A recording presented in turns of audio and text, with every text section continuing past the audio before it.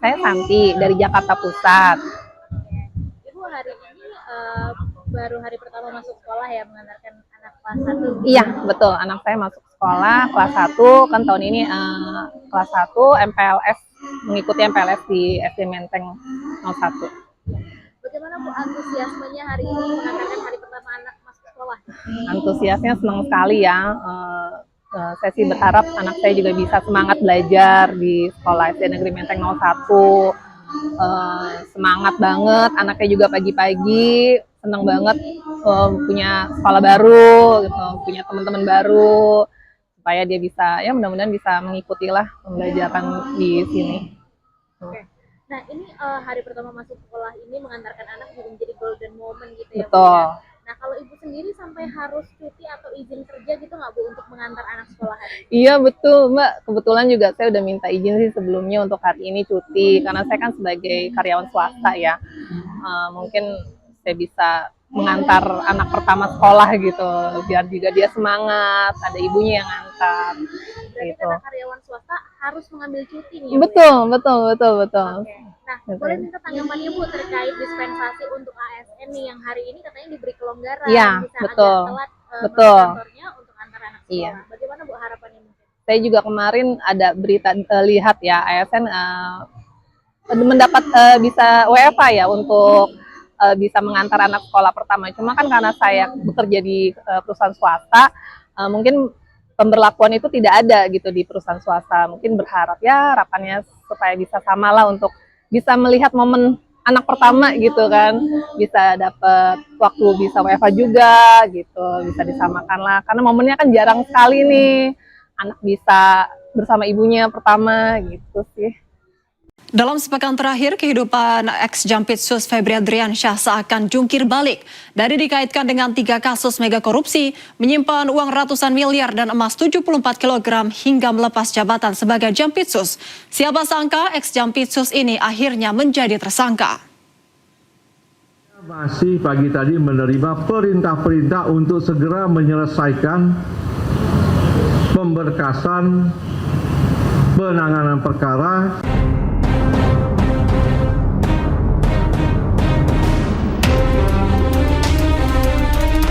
Itulah jawaban Febri Adriansyah saat ditanya apakah dirinya akan mundur atau dicopot dari jabatan Jampitsus. Ia berdalih masih bertugas menyelesaikan berbagai perkara besar. Namun bak ludah yang belum kering, belum 24 jam Sabtu dini hari, Kejagung mengumumkan jika Jaksa Agung Burhanuddin menilai pengunduran diri Febri sebagai Jampitsus. Bapak Jaksa Agung telah menerima pengunduran diri Bapak Febri Adriansyah dari jabatannya sebagai Jaksa Agung Muda Tindak Pidana Khusus. Keputusan tersebut merupakan bentuk komitmen untuk menjaga integritas, objektivitas, dan netralitas proses penegakan hukum.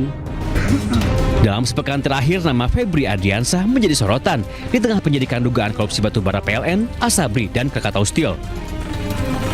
13 lokasi digeledah polisi. Di Deklan Signature Cafe, polisi menyita uang senilai 60 miliar rupiah. Kafe ini belakangan sebut-sebut terkait dengan Febri. Di tempat penukaran uang, penyidik menyita 7,2 miliar rupiah. Sebuah kafe di kawasan Cipete, Jakarta Selatan juga turut digeledah.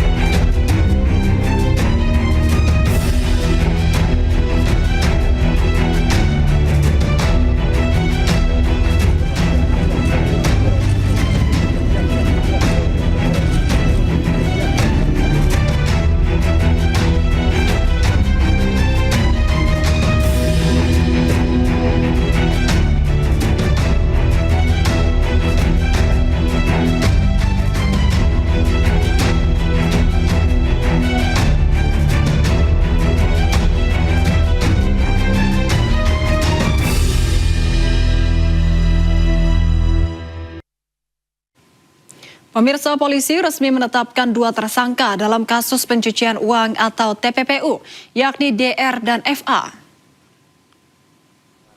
Di koridor hukum dan diusut tuntas secara Kakortas Tipikor Polri Irjen Pol Totok Suharyanto dalam konferensi pers bersama DPR dan Jampitsus di Kejagung Sabtu siang menetapkan mantan Jaksa Agung Muda Tindak Pidana Khusus atau Jampitsus Febri Adriansyah sebagai tersangka. Namun pada penetapan tersangka ini, mantan Jampitsus Febri Adriansyah belum dilakukan penahanan. Kita telah melaksanakan. Polisi telah memeriksa 15 saksi, 2 ahli, dan melakukan sejumlah penggeledahan. Selain FA, polisi juga menetapkan DR sebagai tersangka yang diduga melakukan tindak pidana pencucian uang yang diduga berasal dari tindak pidana korupsi.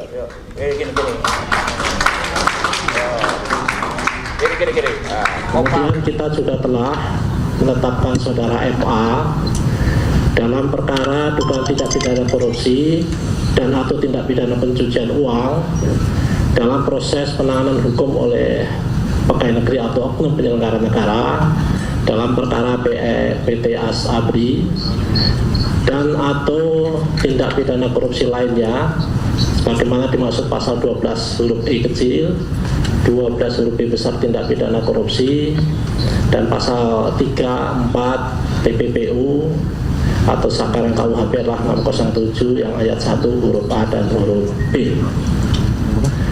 Kemudian terhadap DR ini telah kita lakukan penahanan sejak tanggal 10 dan saat ini penahanan ada di rutan Polda Metro Jaya. Sebelum ditetapkan sebagai tersangka oleh Kortas Tipikor Polri, ex-Jampitsus Febri Adriansyah mengundurkan diri dari jabatannya. Febri mengajukan mundur dari jabatannya pada Sabtu 11 Juli.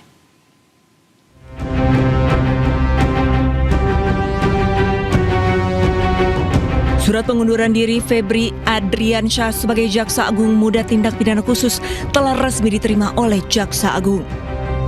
Keputusan ini diambil sebagai bentuk komitmen untuk menjaga integritas dan netralitas penegakan hukum seiring proses hukum yang sedang berjalan di kepolisian.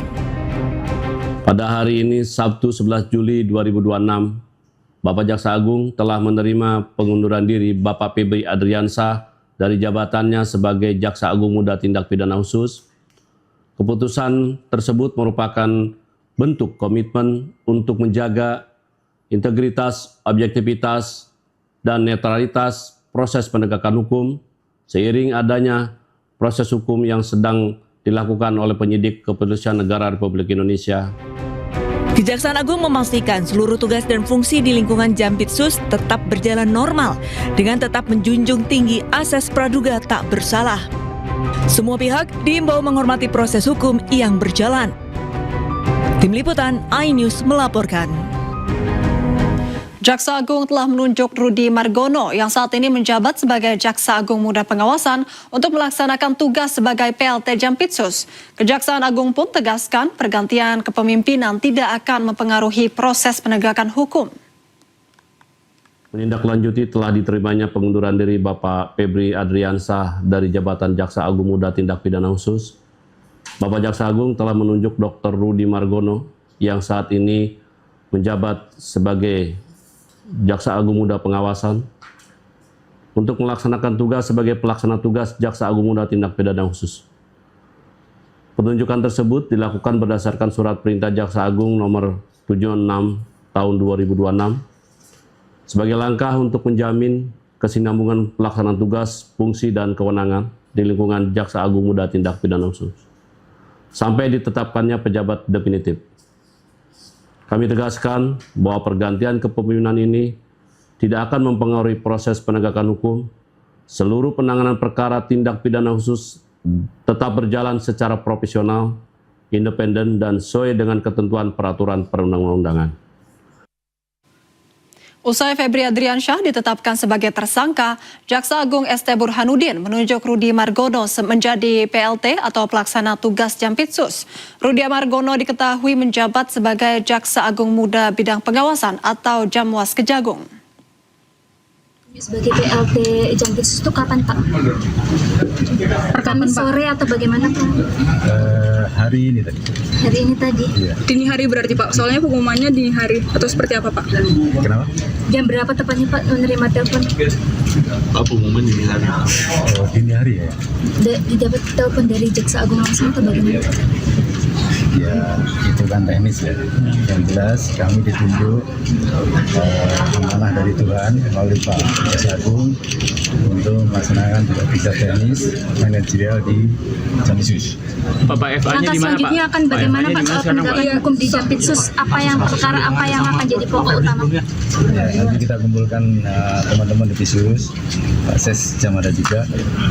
Kita verifikasi mana-mana yang prioritas diselesaikan dulu, utamanya kasus yang dugaan ini. Kemudian yang lebih penting adalah asset recovery dalam penanganan tindak pidana korupsi. Komisi 3 DPR RI resmi membentuk Panitia Kerja atau Panja untuk mengawal kasus mega korupsi dengan tersangka mantan Jampitsus Febri Adriansyah. Kedepannya panja tersebut akan mengawasi secara detail pelaksanaan tugas penegakan hukum agar berjalan sesuai ketentuan perundang-undangan.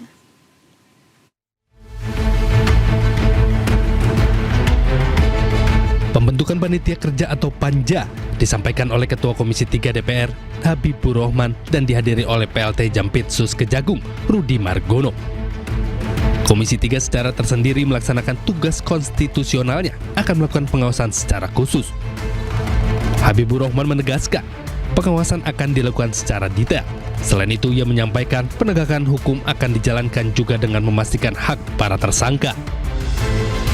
3. Komisi 3 DPR RI terus berkomitmen memastikan fungsi pengawasan berjalan optimal agar kerjasama antar lembaga ini tetap kokoh dan berjalan di jalur yang benar. Dengan ini membentuk Panitia Kerja Pengawasan Penegakan Hukum terhadap penanganan perkara oleh Korps Tipikor, Polri, dan Kejaksaan Agung.